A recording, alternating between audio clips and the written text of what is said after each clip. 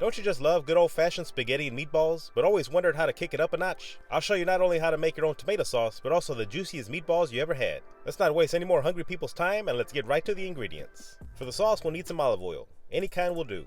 Garlic, crushed red pepper flake, and I know the bottle looks a little beat up. I like to reuse it and refill it with a big bottle of red pepper flake. And the next ingredient is, you guessed it, the tomatoes. I like to use tomatoes on the vine and some Roma tomatoes, but feel free to experiment with any other kind. Fresh basil, and this is optional, but if you like mushrooms, feel free to add some. These are baby bella mushrooms, but feel free to use any kind you like. For the meatballs, I use 3 different kinds of meats. A grass-fed ground beef, Wagyu ground beef, and ground pork. The pork adds extra flavor and fat to make our balls extra juicy. I'll also use some Italian flat leaf parsley, garlic, 2 eggs, and the next 2 ingredients I'll use for both the sauce and the meatballs, bread crumbs and Parmesan cheese. First, let's grab a pot and place it on the stove. Add approximately 4 tablespoons of olive oil. I know it seems like a lot, but trust me, it's not. Turn the heat to medium-low. While that's heating up, let's start working on the star of the recipe, the tomatoes. First thing is to grab a sharp knife and cut the tomato in half. We're going to remove the white flesh in the middle, which can be a little bitter. Simply cut a V-shaped notch and remove it. Next, grab a bowl and give the tomato a good squeeze. We're trying to get rid of as much water as possible. That way the cooking time won't take as long. I usually use about 3 pounds of tomatoes for enough sauce for 6 people. Go ahead and keep on cutting and squeezing your tomatoes. And the tomatoes that you choose may not have that white flesh in the middle, so you can skip that step, but still give them a good squeeze. Water is the enemy. Now, you won't be able to cook all the water out unless you're trying to make a tomato paste. I'll show you a trick on how to speed up the thickening process for your sauce. Now go ahead and place your tomatoes inside the blender. You most likely have to blend the tomatoes in 2 batches. Blend on high for at least 30 seconds to really break down the tomato skins. After you finish blending, go ahead and give your garlic a fine chop. I used about 8 cloves. Go ahead and toss them inside your pot, give it a stir, and cook for 1 minute. Turn your heat down to low so the garlic won't burn. At this point in the cooking process, don't leave your pot for 1 second. If your garlic burns, you'll have to start all over. Toss in a tablespoon of red pepper chili flake and give it a quick stir. You can use more or less depending on your spice level. Cook for 30 seconds. Get your blended tomatoes and pour them into the pot. Add a dash of salt and pepper, and we'll check to see if it needs more a little bit later on. Give it a quick stir and bring to a light boil on medium-high heat. Once it comes to a boil, lower the heat to medium so it can simmer. Check on your sauce and give it a stir every now and then. Total cooking time will vary, but mine usually takes about 45 minutes. And trust me, it'll be all worth it. While the sauce keeps doing its thing, let's start getting our ingredients ready for the meatballs. Let's start off by giving your parsley a fine chop. Place it into a mixing bowl and do the same thing with your garlic. Now add in your ground beef, the Wagyu ground beef, and the ground pork. Add in 2 eggs, along with the breadcrumbs, which will help the meatballs keep their shape. Now get your Parmesan cheese and grate it until you hit bone. You can definitely use other cheeses like Parmigiano Reggiano if you want more flavor. You can even use just the Parmesan cheese that's already grated in that famous green plastic bottle. Now add a little salt and freshly ground black pepper. And it's very important to taste your food.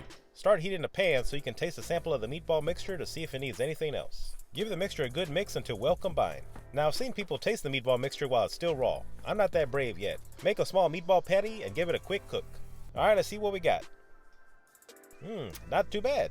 It tastes pretty good. It just needs a little bit more salt and pepper. You can make another patty and try it again to be safe, but I'm comfortable with the amount that I added. This is optional, but I'm going to add some mushrooms to the sauce. I'm not a huge fan of them, but I've grown to like them and my wife loves them. They're excellent at absorbing flavors and will help soak up some of the liquid in the sauce. Give them a wash and slice them up.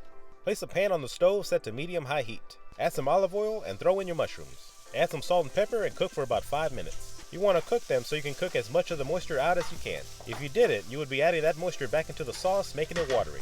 After 30 minutes, our sauce is almost done. And here's a trick if you're in a hurry and want to thicken up your sauce. Get the breadcrumbs we use for the meatballs and pour in about 1/4 cup.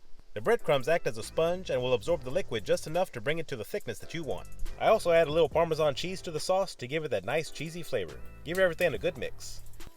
When our sauce is almost done, let's go ahead and work on the basil, which is real simple. Just pluck the leaves off and starting with the largest leaf, start stacking the leaves one on top of another. From the biggest to the smallest, just give them a good roll and give them a fine chop. Once your sauce has reached the thickness that you like, go ahead and add your basil. Give it a mix and turn your heat to medium-low. Add your mushrooms if you decided to use them. At this point, the sauce is still cooking, so if it was a little watery, don't worry. The water will keep evaporating while you make your meatballs. Whenever I make my meatballs, I like to make them about the size of a golf ball. I have a scale here so you can see about how many ounces they are.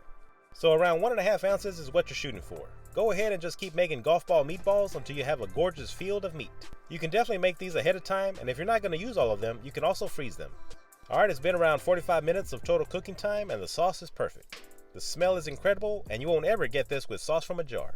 Now it's time to cook the meatballs. Place them inside the sauce all the way around and stack them up for the next layer. Once you get to the top, just give them a little push so everyone can be in the pool. Turn your heat up to medium and cook for 15 minutes or until the meatballs are completely cooked.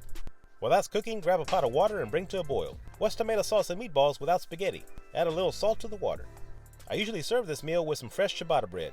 I just sprinkle some olive oil on top, wrap it up with foil, and bake at 400 degrees for 8 minutes. Feel free to serve with garlic bread if you like. Now that it's been 15 minutes, it's time to give a final taste to the sauce. I like to taste it at this time since the meatballs have been cooking in the sauce and they add their own flavor to the mix. I added a dash more salt and pepper and a few more flakes of red chili. Here's another trick for you. If the sauce has a tangy taste to it, add some sugar and it'll bring that sour tomato taste down quite a bit. Man, I can't wait to serve up these meatballs. They look so juicy. Let's get the spaghetti cooking because we have mouths to feed. While that's cooking, I like to make a little olive oil dipping sauce for my bread. I use some red chili flakes, dried basil, and some thyme.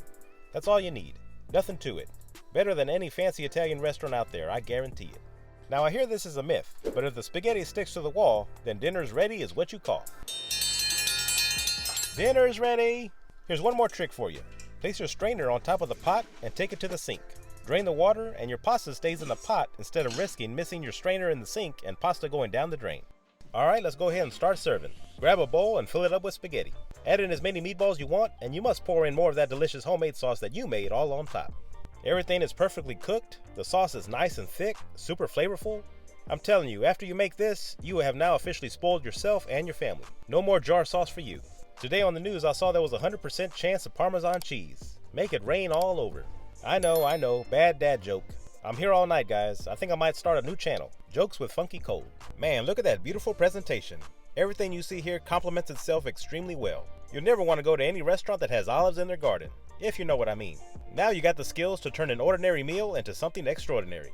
Let's see how the meatballs came out. Oh man, I think that deserves a smash of that like and subscribe button. Let me know what you think in the comment section. I'll leave you a video to check out that I think you'll enjoy. Thank you for watching everyone and have a blessed day.